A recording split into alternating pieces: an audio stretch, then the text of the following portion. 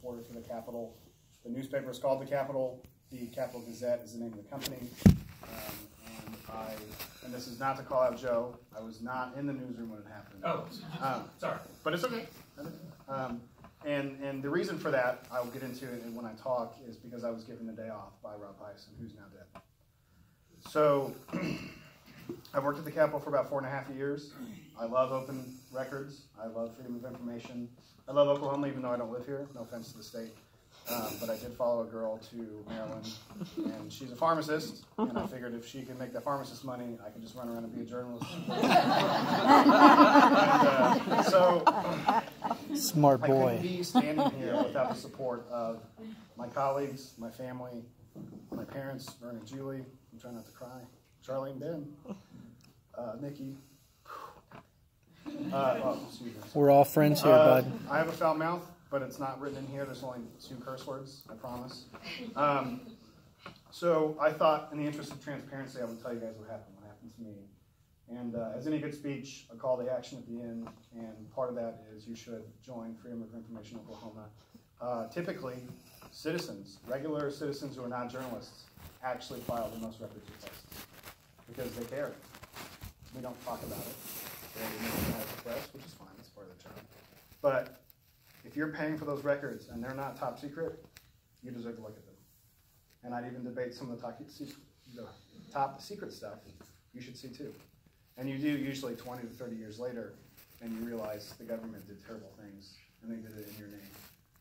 So I encourage you to sign up. I encourage you to file FOIA requests, Freedom of Information, and thank you very much for having me here, and I can get started. And I will try not to get too emotional, but I've also never given a speech before, nor have I written one, so here we go. Ladies and gentlemen, thank you very much for coming out to support Freedom of Information Oklahoma.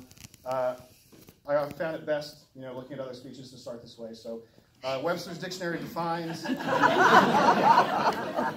Just kidding. He hasn't been watching our president. Obviously, you know why I'm here. On June 28th, a gunman with a shotgun blasted his way through my newsroom and killed 5 people I worked with.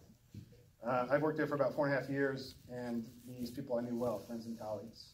I talked to them every day. I worked with them. I sat close to some of them, and the newsroom was small, so we all knew each other. Rob Hyson, Gerald Fishman, Rebecca Smith, John McNamara, and Wendy Winters were killed in the attack.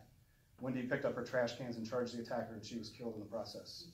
She was being considered for a national award. My other coworkers had to step over her body as they were escorted out by police. Thankfully, I was not there. I was at home. I had asked on June 27th, Rob saved my life, and neither of us knew it at the time. But I sat in the chair at his corner desk and asked him if I could take the day off, because on Tuesday I had foolishly asked to work cops in the morning and then covered the primary election that night, because we had people on vacation for some reason during the primary week, and we needed more people. So I volunteered, and thankfully I did, because I got that day off. Rob, in his typical way, agreed happily to let me take the time. Though in his agreement I could hear the gears whirring in his head. What does this mean for the paper those days? Will there be enough stories for the week? We were short on staff. Sensing this, I said, Rob, if you need anything, call me. I can make myself available. I'm happy to, because I knew that he was doing me a favor by giving me Thursday off. He assured me it wouldn't be necessary and wrote down in his little notebook, as he does, he had one by his desk, chase off June 28th and 29th. I thanked him, headed back to my desk, and wrapped up my day's work. The next day, June 28th, around 10:30, Rob called me and asked me a question about a headline, percentage points versus percentages. Pretty sure I was right. I told him I was. We agreed. But I missed the initial call, so I have a voicemail of his, and I kept it. I have not listened to it since then. I don't really know what to do with it, but Google's a powerful tool, and it's somewhere in the cloud. Hopefully I should probably look into how I can save that in perpetuity. So we hashed out the issue and hung up. And then about 2:30 p.m., I got a call from my editor, who was on vacation, who told me there was a shooting in the newsroom and nobody would call him back. And stunned, I asked him, wait, in the newsroom? Rick, as the students have heard me tell this in some of the other classes, is the kind of editor who walks by your desk and goes, I heard this thing happened.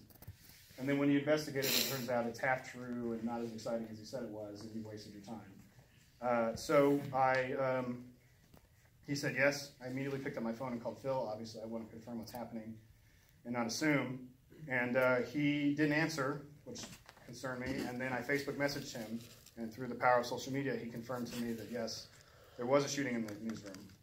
And it's difficult to remember exactly what I was thinking, but I do remember what I did. And I put on my work clothes, because I was wearing a t-shirt and basketball shorts. And for some reason, my brain said you can't go near the office wearing that. So took me a couple minutes. I called down my roommate, Mary Stanfield, who used to work at the Oklahoma Daily. And my cockatiel Poe was out of his cage because I feel terrible every second of that bird's life that he's in the cage. So I'm glad this stuff is working because I was hoping not to be sad the whole time. So I drove the same highway I take every day to work, Route 50 East. Usually there isn't traffic, but today there was for some reason. That's DC. It's strange. I can't exactly recall how long it took, 30 to 45 minutes. And I remember wishing that I could park the cars and speed forward as fast as I could. As I was driving, Rick called me and told me that John was dead, and he was crying, and I was crying. I sat next to John at work, his back to me in a row of desks perpendicular to mine, and he died near the back door, his escape foiled by the shooter's back door barricade. John and I would talk often about sports, the Oklahoma City Thunder. Kevin Durant is a Maryland native, and we would complain about the job. It's kind of fun. More work, more responsibility, little pay, but despite that, John kept working at the papers, even when he was writing less and less about sports, which he loved dearly. Maryland basketball, he wrote books. He was a great guy. Later at his funeral, I learned more about his love and dedication to sports and news because it's all people talk about, and that's why he never left. I tried to maintain my composure so I wouldn't crash. I also thought to myself, Rick often gets worked up about stuff. Maybe he's wrong.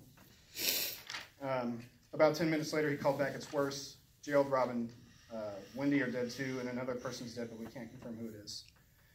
And eventually we'd learn that it was Rebecca who died at the front desk where the shooter blasted through the front door, and pretty much just because she sat there.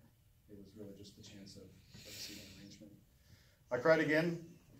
Eventually I made it to my workplace, turned crime scene. Dozens of police vehicles clogged Bestgate Road where our office is located. Police directed traffic. I rolled down my window and flagged an officer pulling on my badge so hard it hurt my neck. I thrust it in his face. I work here. Where is the media staging area? Because I knew they weren't going to let me in the building as much as I wanted to be there. He pointed me down a residential road. I parked and ran as close as I could. Media was set up across the street from the building. I'm sure all of you have seen the videos of that footage and the photos. I saw Josh McCarroll, one of the paper's 2 photojournalists we embraced. We began counting who we knew was still alive, and I told him who I knew was dead, and also cautioned him I could be wrong. But every person we saw was kind of a tabulation of, thank God, this is not the 5th person.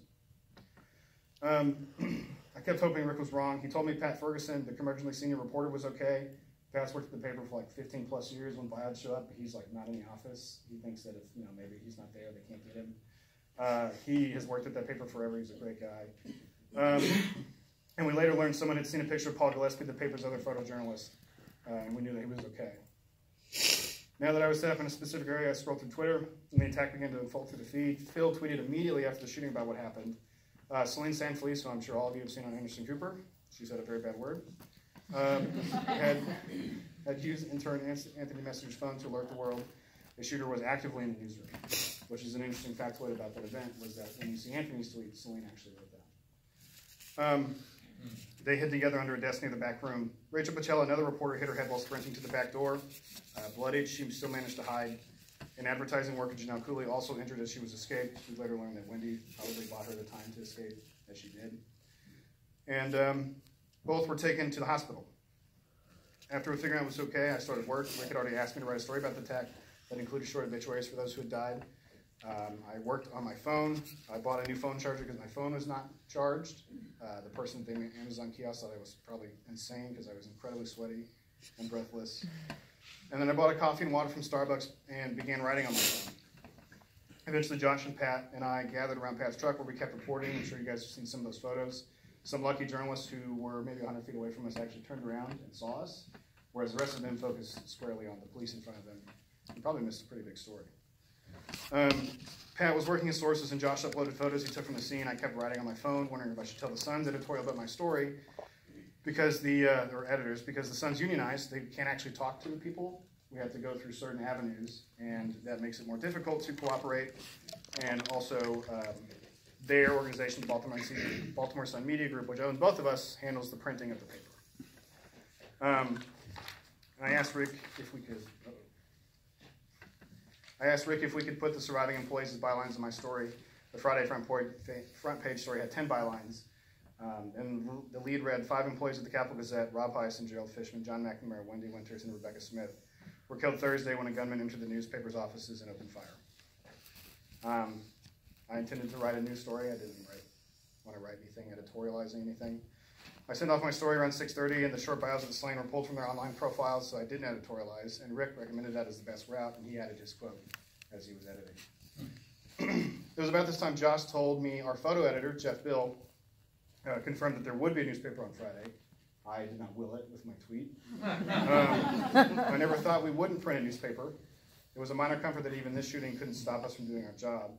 And I want to thank everyone with the Baltimore Sun and Baltimore Sun Media Group, because without them it wouldn't have been possible, even if we can have a little acrimony every once in a while. So I sent that famous tweet. I can tell you this, we are putting out a damn newspaper tomorrow. That is the power of editing, because I was going to say a worse word. And they would not have put that on the television. So I keep that to myself. I'm glad people were inspired by the tweet. That message was 50% defiance and 50% news. I wanted to tell the public something nobody else knew. And nobody else knew that we would have a newspaper tomorrow. And I'm sure everybody thought that was. And so I answered that question, and I did it with the help of my friends. For the next 3 hours, I stood with Josh and Pat as we talked over what happened. Pat had a great blues CD blasting through his truck speakers. I loved the blues. And there were some moments of levity, but mostly we did our work, grimacing as we fought back waves of tears and kept saying, I can't believe this. And it was difficult to really understand that for several days. Reporters from the Sun interviewed us about working the day of the shooting. Scott and Tim, if you ever hear this, your story was great. And Tim, I'm sorry I didn't tell you that Rob, your mentor, had died when I knew, and you didn't. And I regret that. The tweet blew up. My phone had already been buzzing with tweets and text messages from tenacious journalists and friends wanting to make sure I was okay, journalists offering condolences, and then asking for an interview, which is how it works. I can tell you that when you do that as a reporter, you can mean it as sincerely as you ever want to, and it will still feel very empty. And that's nothing that you can do to change that. That's just a part of a trauma like this. The phone calls really stopped. I gave a few interviews when tenacious journalists dialed my phone number until I couldn't take it anymore. I think a Canadian journalist called me 20 times before I picked up and said, I'll give you 5 minutes, man, and then I've got other stuff to do. But I understand they had a job to do, and I felt bad that I didn't talk to all of them. It was hours before I could tell my fiance, Nikki, what happened, and I was okay, and she didn't have cell service at her job, and I cried on the phone again with her. Eventually, Rick, who was on vacation, arrived at the scene. He brought with him crisis responders who helped us. They talked to us, and then they also started setting up how they were going to talk to the families. But many of those families already knew as vibrating and ringing phones went unanswered, or they saw news stories as journalists confirmed the fatalities. I drove home around 10 p.m. and hugged my friends and Nikki, and I cried again, and I watched the news, and friends came over and comforted me, and they set up a network of food for like a week and a half where people brought food every day. Dan made, what were those? God, they were so delicious. Dumplings. Dan made dumplings. He made dumplings. The next day I drove up to the Baltimore Sun and went back to work because we had a follow-up story to write.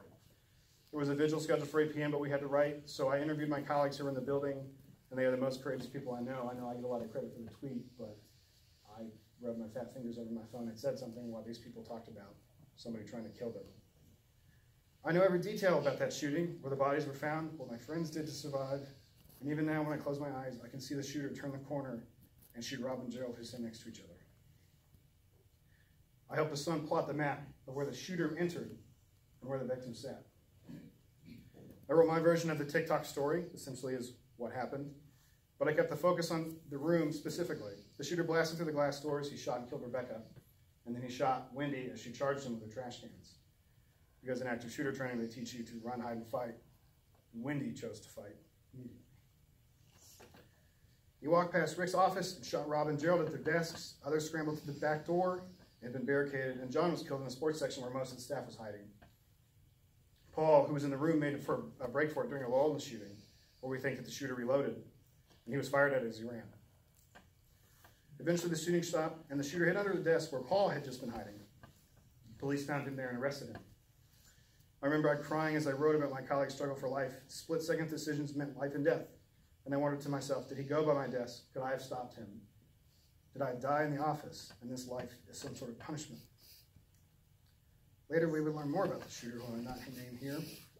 He has held a grudge against the paper since 2011 when the Capital wrote about harassment charges and peace orders filed against him by a woman because he would not leave her alone.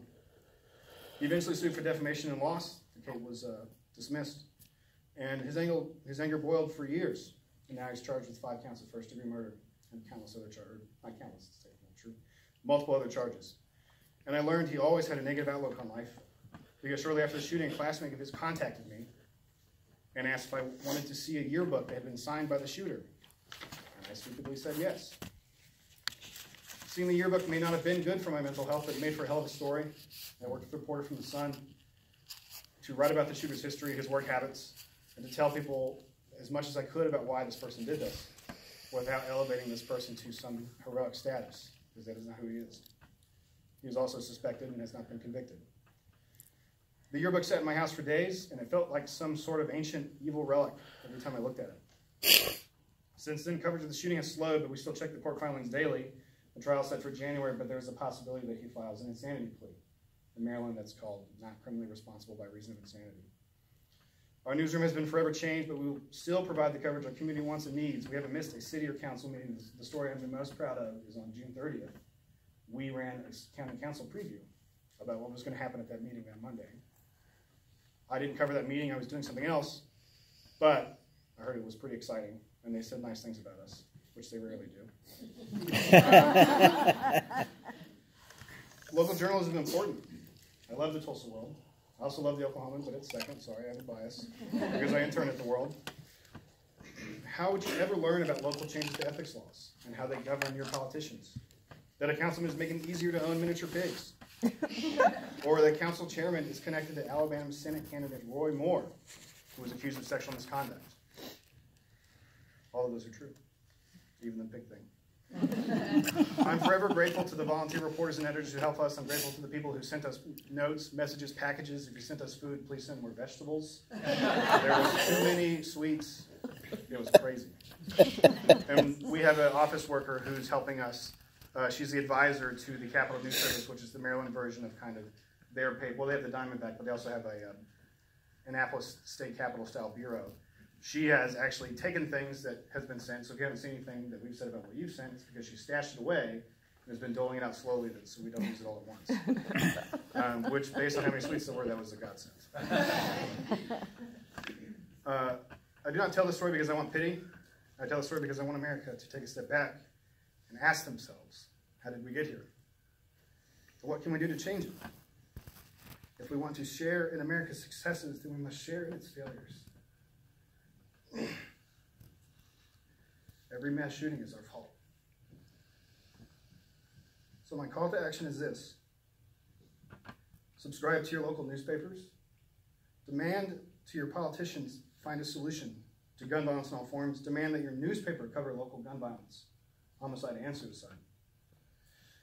We all hear the calls of fake news. It is important to be skeptical where that sentiment comes from, but has been distorted.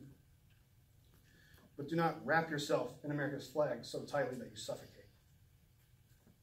Call out the newspaper when it screws up, but be prepared for news stories to challenge your worldview and be open to change.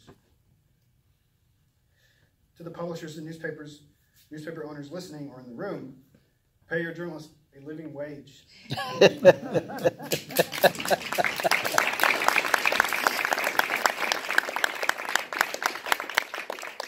Stop firing reporters and expecting the others to pick up the slack. Every filed journalist and closed newsroom is a chip at the foundation of democracy. To the journalists and editors, listen to the community. Report threats of violence or strange behavior. It is not a badge of honor that someone tells you that they hate you or that they want to kill you. It should be perceived as a threat.